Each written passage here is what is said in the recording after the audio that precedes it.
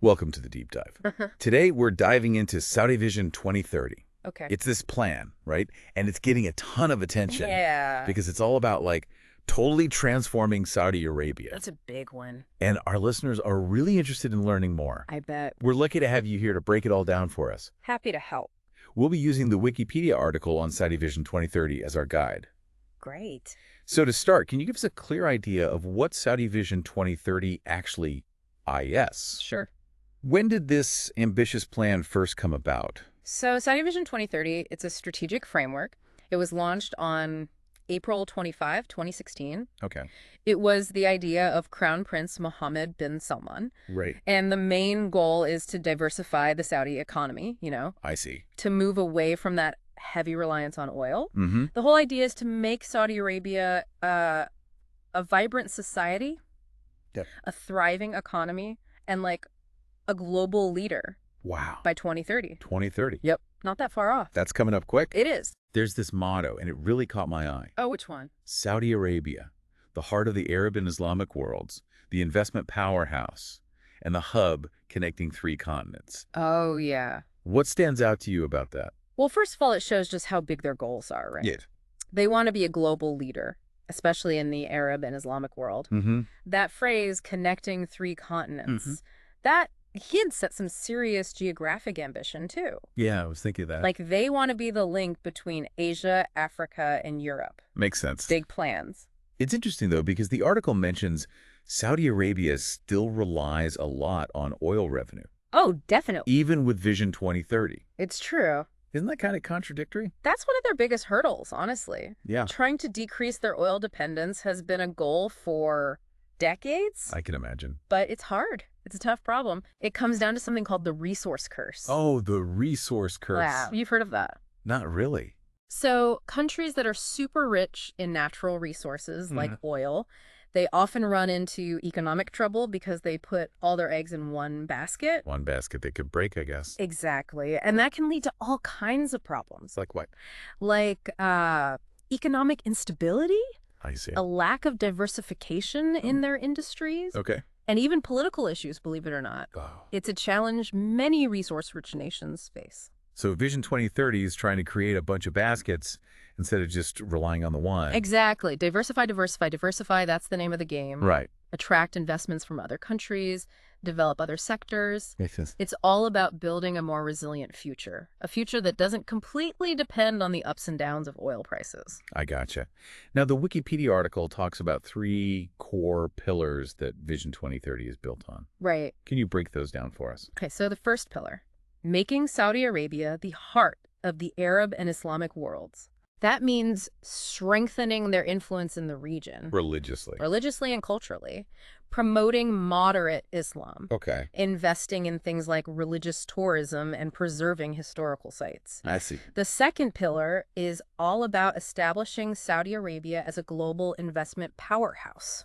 Interesting. They're trying to attract foreign investment across a bunch of different sectors, Watch. making it easier to do business there and diversifying their financial sector. So they can compete on the world stage. Exactly. Right. They want to be a major player in the global economy. Makes sense.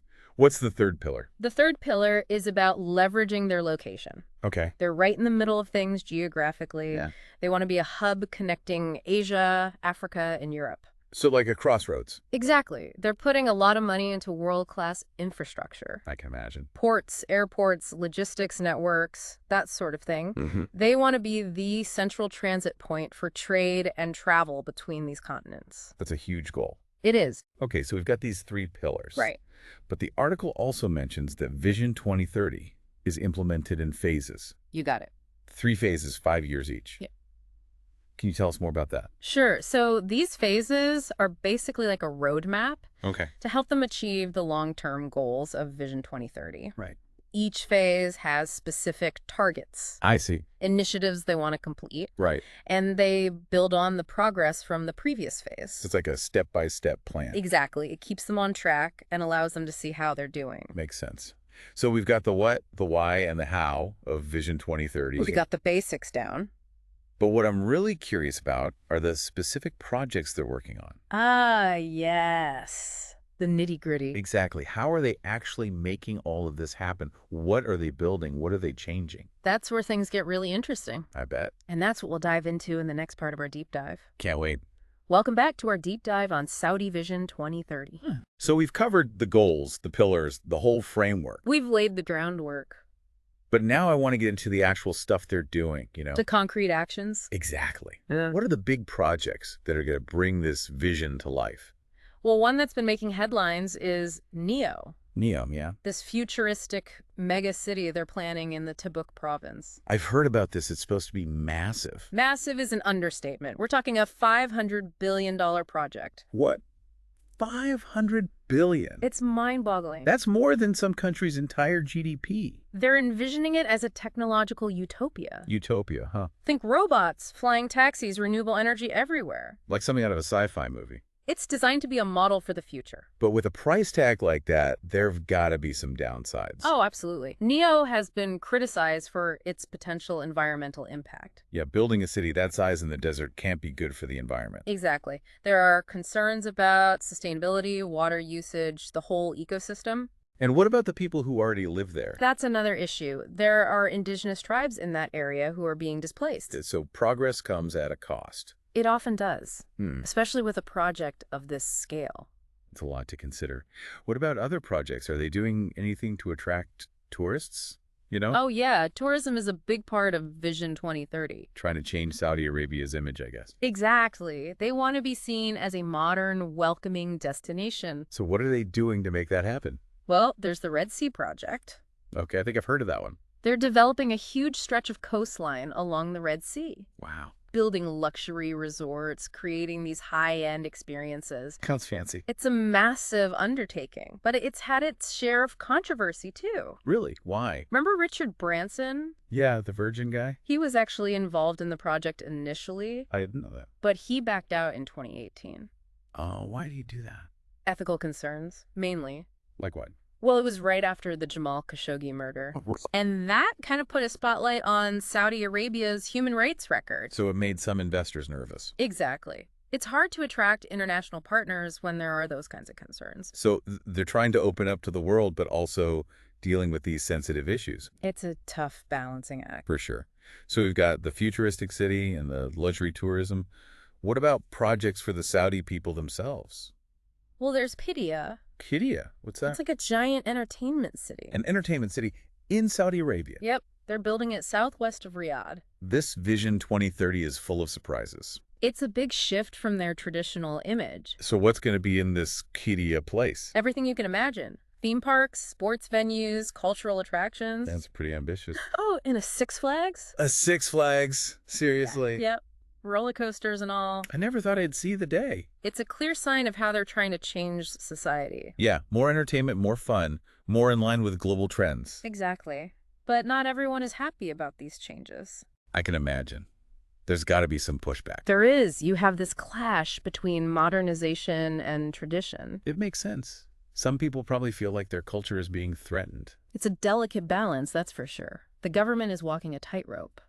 So all these mega projects, they're impressive, no doubt. They're definitely eye-catching. But it sounds like they come with a whole lot of baggage. There's a lot more to it than just building shiny new things. It's about people, culture, the environment, global politics. It's complex, and to really understand the impact of Vision 2030, we need to go deeper. Deeper into what? Into the social changes they're trying to achieve. Okay. And the challenges they're facing in transforming Saudi society. That's next in our deep dive then. We talked about the vision, the projects, the whole shebang. But now I'm thinking about the long game. What happens next? What are the consequences, good and bad, for Saudi Arabia, for the whole region, even the world? Well, it's kind of like a big gamble, right? There's a lot at stake. If they actually manage to pull it off, if they diversify their economy and get off the oil train, that could be huge GE. I'm talking more stability, economically, A&D, politically, not just for Saudi Arabia, for their whole Middle East. So like a ripple effect. Yeah. A more stable Saudi Arabia means a more stable region. Exactly.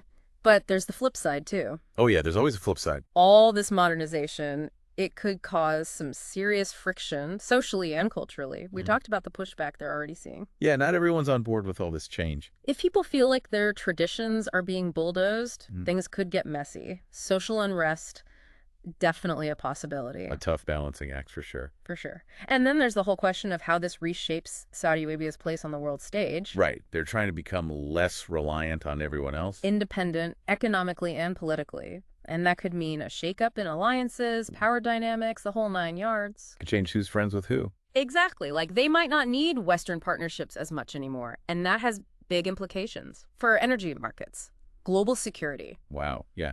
If they become a major player on their own terms. Things could get interesting. And, of course, we can't forget about Iran. Ah, yes. The big rivalry. A stronger Saudi Arabia, that could pour fuel on the fire. It's already a volatile region, and this could make it even more tense. A lot of potential for things to go sideways. Yeah. But at the end of the day, I keep thinking about the average person in Saudi Arabia.